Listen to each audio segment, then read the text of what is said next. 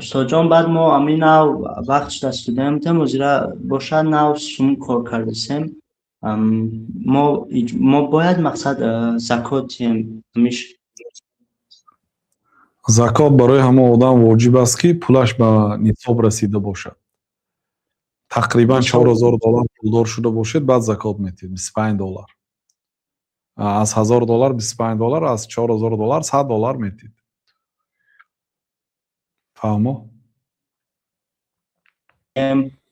ما یه را کی جمع کنیم وزیرش ما هر ماه یک خیلی وقتا 800 یورو وزیرش 10,000 جمع که ما با میگن که باید تقریبا 10,000 3,000 یک سال باری جمع کنیم در کیسه باشه که تو که زکات داده بتونیم.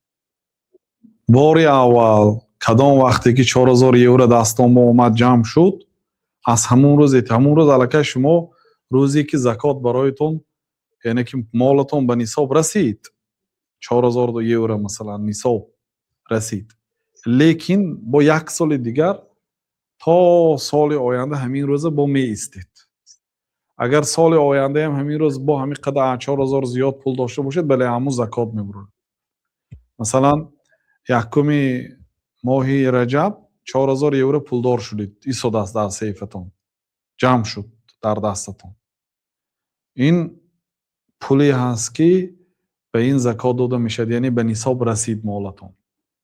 خب ماهی آینده 1000 صرف کردید ماهی نوبتی 2000 دیگه جمع شد ماهی آیندهش با 1000 صرف شد با 2000 جمع شد هم خیر یا برفت همش حساب نه یعنی که همون روز یکم رجب که بار اول به دستتون 4000 یورو آمد همون روز حساب سال آینده یکم رجب پولتون رو نگاه می‌کنید. اگر 10000 یورو باشد از 10000 یورو زکات میدید 4000 باشد از 4000 5000 باشد از 5 100,000 باشد از 100 لیکن همون روزی که 4000 یورو دار شد همون روز زکات نمیدید دیدم میشد لیکن همون روز واجب نه سال آینده همین روز واجب است طبق سال شماری هجری قمری نه میلادی شمسی